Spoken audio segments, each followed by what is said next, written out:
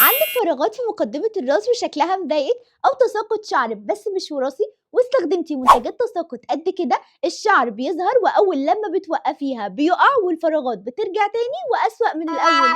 هقولك على الروتين اللي لازم تمشي عليه علشان تملي الفراغات دي وشعرك يرجع تقيل تاني، وهتعرفي ليه الشعر أصلا بيقع أول لما بتوقفي المنتجات دي عشان ما يحصلش معاكي كده، وليه أصلا التساقط بيحصل. لازم يبقى معاكي منتج يعالج التساقط، واللي قالك شامبو بس بيضحك عليكي. المنتجات دي كلها مش بس بتزود نمو الشعر بمكونات قوية زي البروكوبيل، لا دي كمان بتغذي البصيلة ذات نفسها بالبروتينات اللي محتاجاها، ولازم كمان تنشط الدورة الدموية علشان توصل الغذاء للبصيلة من الأكل اللي بتدخليه جوه الجسم. وأنا شخصيا كان عندي المشكلة دي وجربت ايكوبيل لوشن وعمل معايا تأثير من أول أسبوع في فراغات مقدمة الراس. أما الشامبو فهو مهم علشان بيساعد في تقليل التساقط وبيخلي الفروة صحية، وتختاريه على حسب نوع فروتك. لو فروتك دهنيه محتاجه شامبو ينظف كويس ويشيل الزيوت زي دول، اما لو جافه محتاجه شامبو الطف شويه من مره لمرتين في الاسبوع زي دول.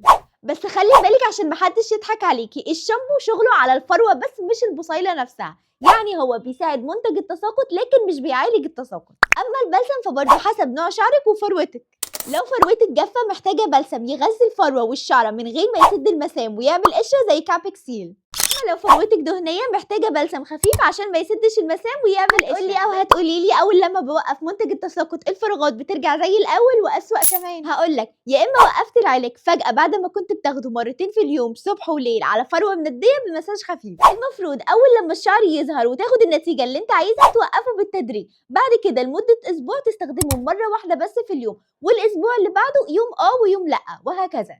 أو بسبب مشاكل عضوية زي الأنيميا أو أمراض الغدة أو نقص عناصر أو فيتامينات.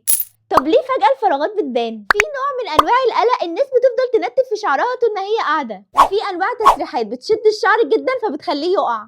وعلى ذكر شد الشعر، لو لابسة طرحة بترجعيه لورا فبيتشد برضه.